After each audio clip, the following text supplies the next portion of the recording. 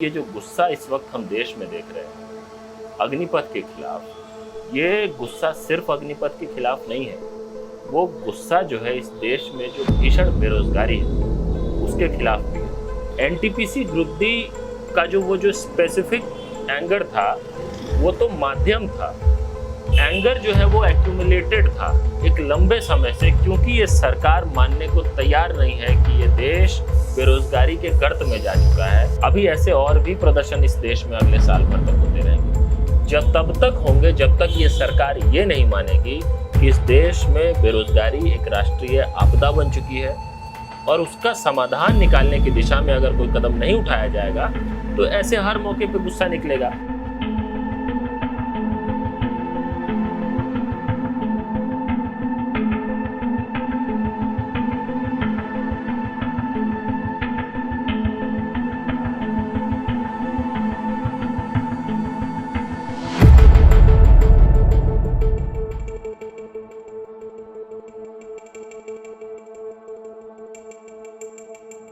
जैसे कि आप सब जानते हैं, केंद्र सरकार ने अग्निपथ स्कीम के नाम से मिलिट्री में भर्ती के लिए एक नई स्कीम इंट्रोड्यूस की है, जिसमें मिलिट्री भर्ती के पुराने तरीके को ख़त्म करके एक नया तरीका, एक नया मेथड इंट्रोड्यूस किया गया है, जिसमें से फॉर सर्विस के ड्यूरेशन को 14 साल से घटाकर 4 साल कर दिया गया है।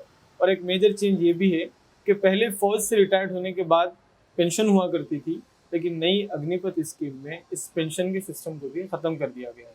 इस नई स्कीम के खिलाफ मुल्क भर से स्टूडेंट्स, युवा धरना कर रहे हैं, आंदोलन कर रहे हैं और कई जगह वायलेंस और हिंसा की खबरें भी मौसूल हुई, तो कई जगह डेथ और सुसाइड की खबरें भी हमको मिलती हैं।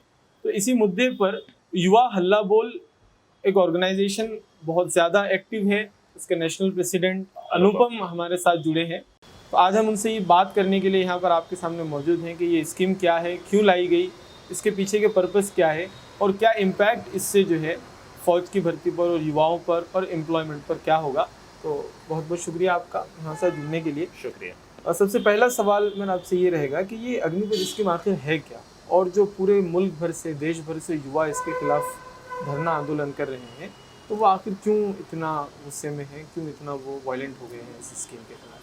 देखिए, अग्निपथ स्कीम जो है ये दरअसल इंडियन डिफेंस फोर्सेस में रिक्रूटमेंट के लिए लाई गई एक नई तरह की योजना है, जिसके ज़रिए कहा जा रहा है कि 10वीं 12वीं पास जो यूथ है भारत का, जो 17.5 साल की उम्र क्रॉस कर चुका होगा और मैक्सिमम अपर एज लिमिट जिसकी 21 साल होगी, उसकी भर्ती फौज में होगी 4 साल के लिए।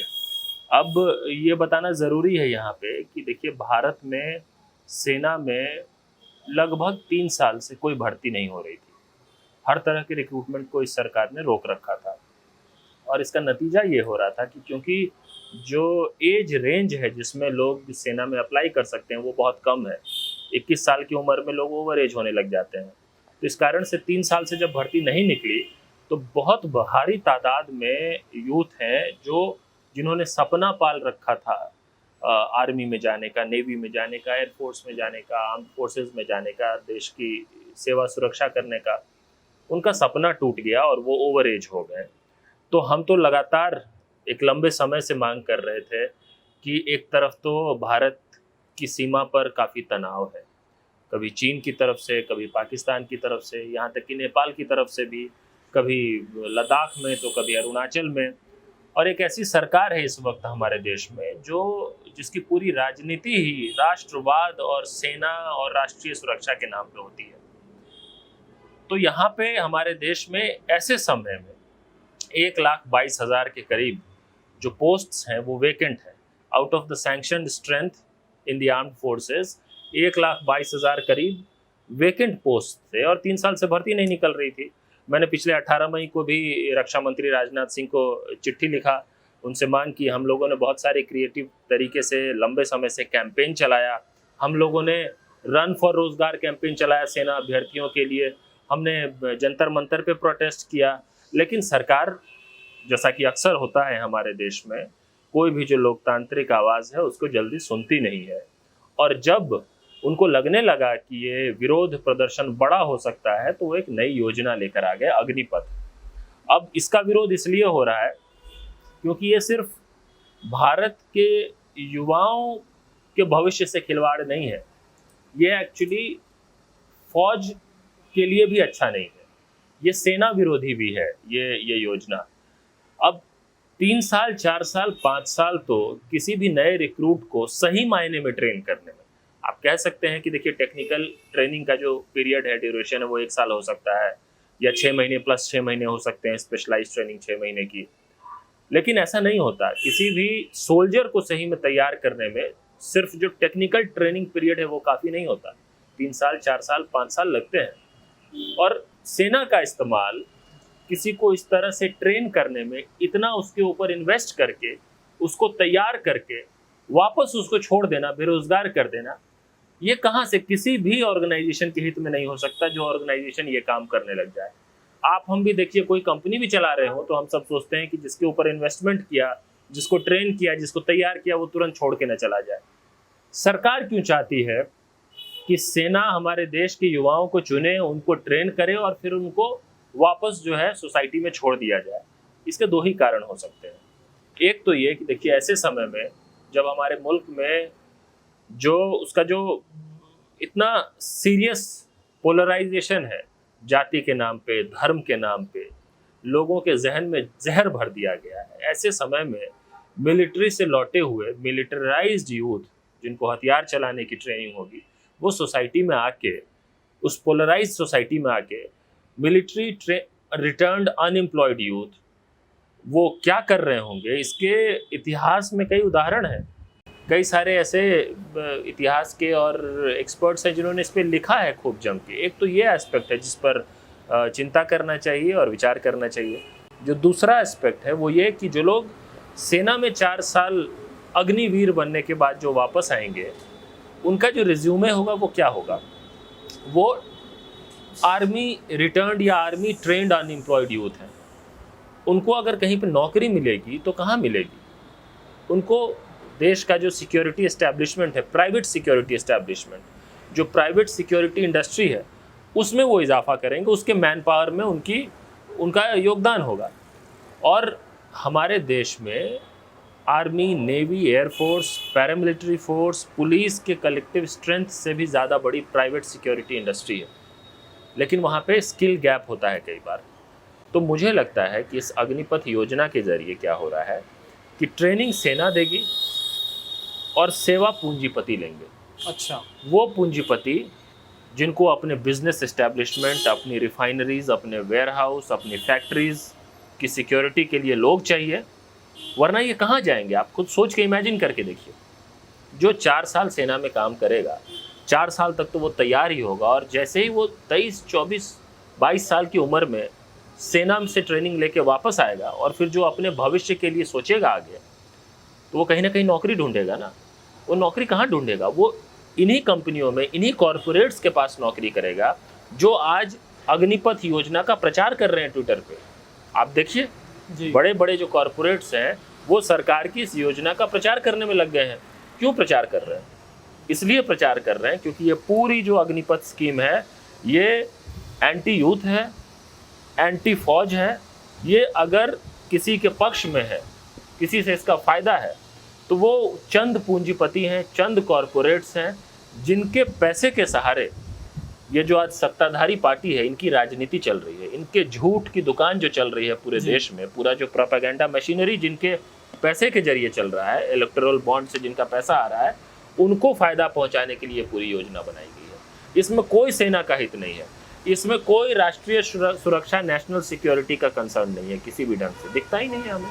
तो जैसे आपने कहा कि ये एंटी यूथ है, एंटी फौज है, और प्राइवेट सेक्टर को, प्राइवेट इंडस्ट्रीज़ को ये फ़ायदा पहुंचाने के लिए सरकार ये नई स्कीम ले आई है सर। लेकिन उनका आर्गुमेंट तो ये भी है ना कि फ़ौज से निकलने के बाद जो पुलिस है, जो स्टेट पुलिस हैं, तो वहाँ पे उनको भर्ती मिलेगी। जैसे यूपी गवर्नमेंट ने रिसेंट में अनाउंस किया कि वो अग्निवीर को जो है यूपी पुलिस में, स्टेट पुलिस में ज़्यादा प्रेफरेंस देगी।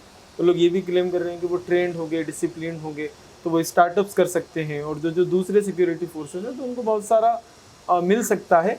और एक क्लेम ये भी है कि ये इंडिया फर्स्ट टाइम इस चीज़ को प्रैक्टिस कर रहा है, ऐसा नहीं है। दूसरी कंट्रीज में, जैसे एग्जांपल इसराइल का बार बार दिया जा रहा है कि अग्निपथ की जो स्कीम है ये बहुत ज़्यादा नई नहीं है, दूसरी कंट्रीज में भी प्रैक्टिस की जाती है और उसके बहुत सारे बेनिफिट्स वो लोगों को मिलते हैं। तो इस पे आपका क्या कहना है? देखिए, पहली बात तो इंडिया फर्स्ट टाइम, इंडिया ने बहुत कुछ किया है पिछले 8 साल में।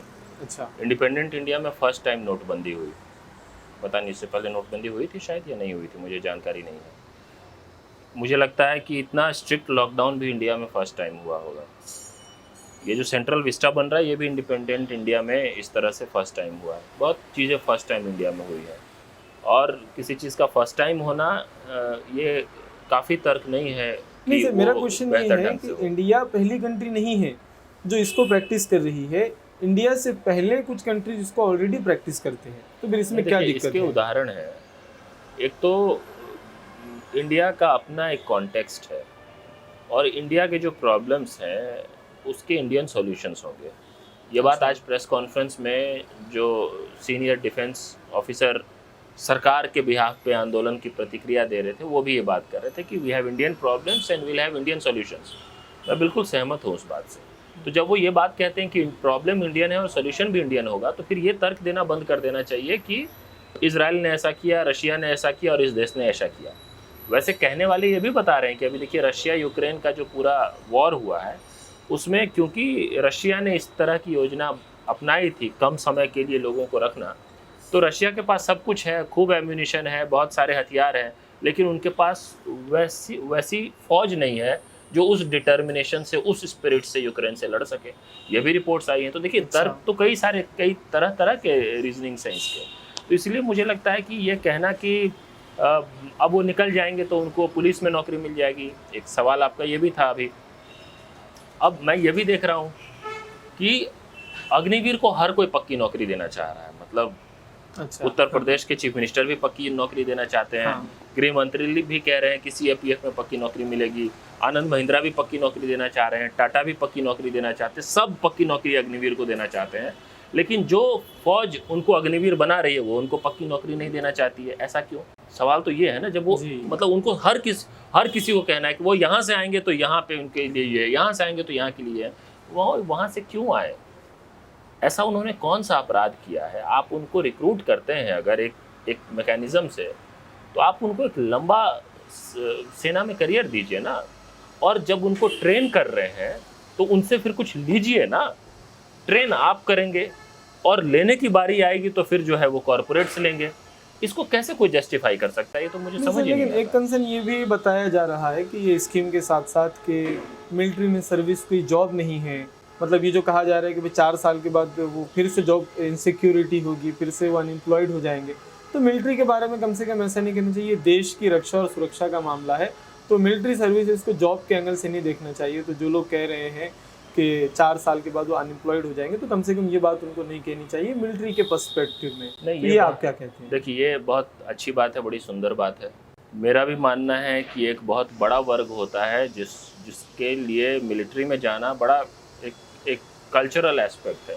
हमारे देश में कई हिस्से हैं जहाँ से एक एक गांव से फौज में इतने लोग जाते हैं, उनके लिए वो जज्बे वाली बात है। बिल्कुल सही बात है, उससे मैं उसका मैं समर्थन करता हूँ। लेकिन ये जो गुस्सा इस वक्त हम देश में देख रहे हैं अग्निपथ के खिलाफ, ये गुस्सा सिर्फ अग्निपथ के खिलाफ नहीं है, वो गुस्सा जो है इस देश में जो भीषण बेरोजगारी है उसके खिलाफ भी है। जब हमने रेलवे एनटीपीसी ग्रुप डी के प्रदर्शन देखे, उस वक्त भी एनटीपीसी ग्रुप डी का जो स्पेसिफिक एंगर था वो तो माध्यम था। एंगर जो है वो एक्यूमुलेटेड था एक लंबे समय से, क्योंकि ये सरकार मानने को तैयार नहीं है कि ये देश बेरोजगारी के गर्त में जा चुका है, इस देश के युवाओं का भविष्य अंधकार में जा चुका है। इस बात को ये सरकार एक्नॉलेज नहीं करती है। एक्नॉलेज नहीं करती है तो फिर इसका सोल्यूशन नहीं, कोई भी चीज़ का समाधान आप कब निकालेंगे? जब आप मानेंगे कि समस्या है। ये मानते ही नहीं है समस्या है। ये सबसे बड़ा कारण है क्यों गुस्सा है, और वो गुस्सा अलग अलग मौक़ों पे अलग अलग माध्यमों से फूटता है। अभी अग्निपथ के माध्यम से वो गुस्सा फूट रहा है। मैं पिछले 7-8 महीने से लगातार कह रहा था कि अभी रेलवे को लेकर रेलवे अभ्यर्थियों का प्रदर्शन हुआ और इसके जरिए गुस्सा फूटा है। अगला बड़ा प्रदर्शन जो है वो सेना अभ्यर्थियों का होगा। मेरे जितने पब्लिक इंटरेक्शन इंटरव्यूज हैं उनमें आप उठा के देख लीजिए, 7-8 महीने से मैं ये बात कह रहा हूँ। अभी ऐसे और भी प्रदर्शन इस देश में अगले साल भर तक होते रहेंगे, जब तब तक होंगे जब तक ये सरकार ये नहीं मानेगी कि इस देश में बेरोजगारी एक राष्ट्रीय आपदा बन चुकी है और उसका समाधान निकालने की दिशा में अगर कोई कदम नहीं उठाया जाएगा तो ऐसे हर मौके पे गुस्सा निकलेगा। तो हम कह के इस बात को, इस गुस्से को नहीं दबा सकते कि सेना में जाना तो जज्बा है और सेना में जाना सिर्फ स्पिरिट का मामला है। तो इसलिए हम भी तो यही बात कह रहे हैं कि स्पिरिट का मामला आप मत करिए, उस स्पिरिट के साथ खिलवाड़ ना। जिनके लिए ये जज्बात है उसके उस जज्बात से खिलवाड़ मत करिए ना। सर एक और ये भी कहा जा रहा है कि इसके साथ साथ कि गवर्नमेंट इस चीज़ को छुपाने की कोशिश कर रही है कि जो डिफेंस बजट है ऑलमोस्ट उसका 25% रिटायर्ड मिलिट्री पर्सन और जो फौजी होते हैं उनकी पेंशन में चला जाता है। तो कहा जाए कि 1 लाख करोड़ से ज़्यादा का अमाउंट जो है सिर्फ पेंशन में चला जाता है। तो कहीं ना कहीं उस बजट को थोड़ा सा कंट्रोल करने की, और जो पेंशन में ज़्यादा चला जा रहा है, क्या ये इसके पीछे रीजन? नहीं, ये बात आपकी सही है कि एक भारत का बहुत बजट का एक बड़ा हिस्सा जो है वो पेंशन बिल के तौर पे और इन सब में खर्च होता है। बात सही है आपकी, लेकिन जो अनफॉर्चुनेट बात है इस वक्त हमारे देश में वो ये कि इस देश में बजट का डिबेट तभी शुरू होता है जब देश के युवाओं को नौकरी देने की बात आए। अच्छा। जब कर्मचारियों को पेंशन देने की बात आए तब पता चलता है कि पेंशन का इतना बड़ा बजट है, इतना % पेंशन में है। तब पता चलता है कि इतने शिक्षक अगर भर्ती कर लेंगे हम तो इतना बड़ा बजट लग जाएगा। सारी बजट की चिंता युवाओं की नौकरी के वक्त और कर्मचारियों के पेंशन के वक्त। बजट की चिंता उस वक्त नहीं होती है जब कॉरपोरेट टैक्स जो है वो घटा के सीधा 5% कम कर दिया जाता है। बजट की चिंता उस वक्त नहीं होती है जब 11 लाख करोड़ विलफुल डिफॉल्टर्स के राइट ऑफ कर दिए जाते हैं। 11 लाख करोड़, आप समझिए कितना बड़ा अमाउंट है। इस देश में पिछले 8 साल में विलफुल डिफॉल्टर्स के 11 लाख करोड़ राइट ऑफ किए गए। इसको लेकर सरकार को नहीं घेरा जाता, इसको लेकर कोई बहस नहीं होती कि ये पैसा जो राइट ऑफ कर दिया गया ये कहाँ गया। इसको लेकर बहस नहीं होती है कि जब अर्थव्यवस्था की इतनी बुरी हालत थी, बेरोजगारी बढ़ रही है, गरीबी बढ़ रही है, भुखमरी बढ़ रही है, ऐसे समय में ये कॉरपोरेट टैक्स को घटाने की क्या जरूरत थी? 5%, क्या फेवर चाहिए सरकार को? बजट की बहस सिर्फ इसी वक्त क्यों होती है जब युवाओं को नौकरी देने की बात आए, तब पेंशन की चिंता, तब सोशल वेलफेयर बजट की चिंता, तब नौकरियों की चिंता। अच्छा, एक सवाल सर, आपको क्या लगता है कि मतलब इसके कोई रेमिफिकेशंस होंगे, मतलब उसके कोई इम्पैक्ट होंगे 2014 इलेक्शंस पर, ये जो अग्निपथ स्कीम लाई गई? तो क्या मतलब जैसे कहा जा रहा था कि जो किसान आंदोलन हुआ, गवर्नमेंट ने उस बिल को वापस भी लिया, तो कहा जाता है कि किसान आंदोलन का बहुत बड़ा इम्पैक्ट जो है वो यूपी इलेक्शन पे होगा। ये बहुत सारे पॉलिटिशियंस ने और पॉलिटिकल एनालिस्ट ने बात कही थी, लेकिन हम देखते हैं कि फिर से जो है यूपी में बीजेपी बहुत ज़्यादा पावर। नहीं, देखिए, मेरी ये रीडिंग पहले भी थी और अब भी है कि किसान आंदोलन जो था वो उसका न्यूक्लियस पंजाब था। देश के बाकी हिस्से उसमें पार्टिसिपेट कर रहे थे, लेकिन वो it was primarily a Punjab movement, national movement था, लेकिन न्यूक्लियस उसका केंद्र पंजाब में था। पंजाब में उसका असर दिखा। पंजाब में हर उस नेता को जिसको एस्टेब्लिशमेंट का पार्ट समझा जाता था उनको हरा दिया गया। चाहे हम जिसको भी जिता दें, लेकिन जिसको हम सत्ता का हिस्सा समझते थे, वो चाहे कांग्रेस का हो, चाहे बीजेपी का हो, चाहे अकाली का हो, उन सबको हरा दिया गया। आंदोलनों का यही असर होता है। किसान आंदोलन का असर हुआ, पंजाब में हुआ क्योंकि पंजाब उसका न्यूक्लियस था। यूथ मूवमेंट का असर, क्योंकि इसका न्यूक्लियस यूपी, बिहार, पूर्वांचल जैसे इलाके हैं, तो अगर ये मूवमेंट बड़ा बनता है, देखिए अग्निपथ स्कीम का जो विरोध है इसका असर 2024 में पड़ जाएगा, ये मैं नहीं कह रहा हूँ। हाँ। लेकिन जो देश में बेरोजगारी है उसके खिलाफ जो आंदोलन होगा, हाँ, उसका असर 2024 पे जरूर पड़ेगा। और उसका असर यूपी, बिहार और ये जितने हिंदी बोल पट्टी के राज्य हैं, इन सभी राज्यों पे पड़ेगा। और इन राज्यों पे असर पड़ने का मतलब है कि भाजपा पे और नरेंद्र मोदी की सत्ता पर इसका असर पड़ेगा।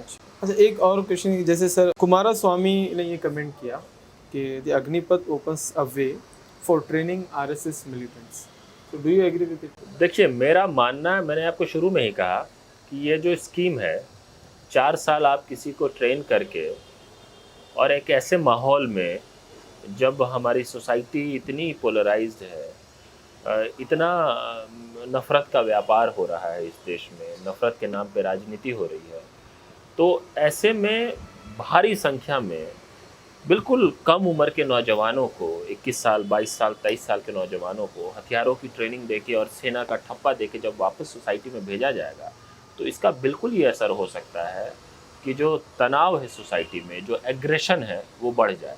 मुझे बढ़िया। ऐसा लगता है। ये मैंने सबसे पहले यही चिंता जी, जताई जी। थी। तो ये भी इसकी इसका एक पहलू है जिस पर बात होनी चाहिए, जिस पर सवाल होना चाहिए। ये भी एक चिंता का विषय है। मैं कह रहा हूँ कि देखिए जिसको नौकरी मिलेगी वो जाएगा ना अंबानी अडानी के पास। जिसको नौकरी नहीं मिलेगी वो क्या करेगा? हर कोई एंटरप्रेन्योर नहीं बन जाएगा। हर कोई जो है नारायण मूर्ति नहीं बन जाएगा। जी। इन्फोसिस जैसी कंपनी नहीं खड़ा कर लेगा 11 लाख करोड़ रुपए से।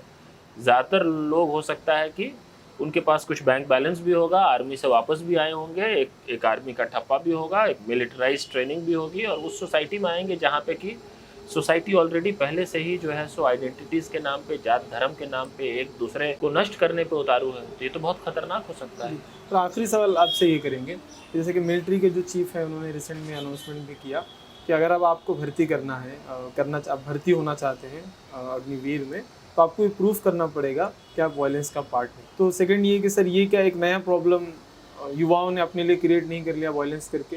तो इस पे आपका क्या रिव्यू रहेगा? और एक यूथ ऑर्गेनाइजेशन के लीडर की हैसियत से और इस अनएम्प्लॉयमेंट के इशू को टैकल आप कर रहे हैं, आप कंटिन्यूस एक्टिव हैं, तो आपका नेक्स्ट स्टेप क्या होगा, वे फॉरवर्ड का? ये देखिए, ये जो सरकार ने जो कहा कि जो लोग वायलेंस में हैं उनको ये करेंगे, देखिए हमारा ये मानना है कि इस आंदोलन में जो लोग वायलेंस कर रहे हैं वो इस आंदोलन के जो जेन्युइन स्टेक होल्डर्स हैं, पार्टिसिपेंट्स हैं, वो नहीं हैं।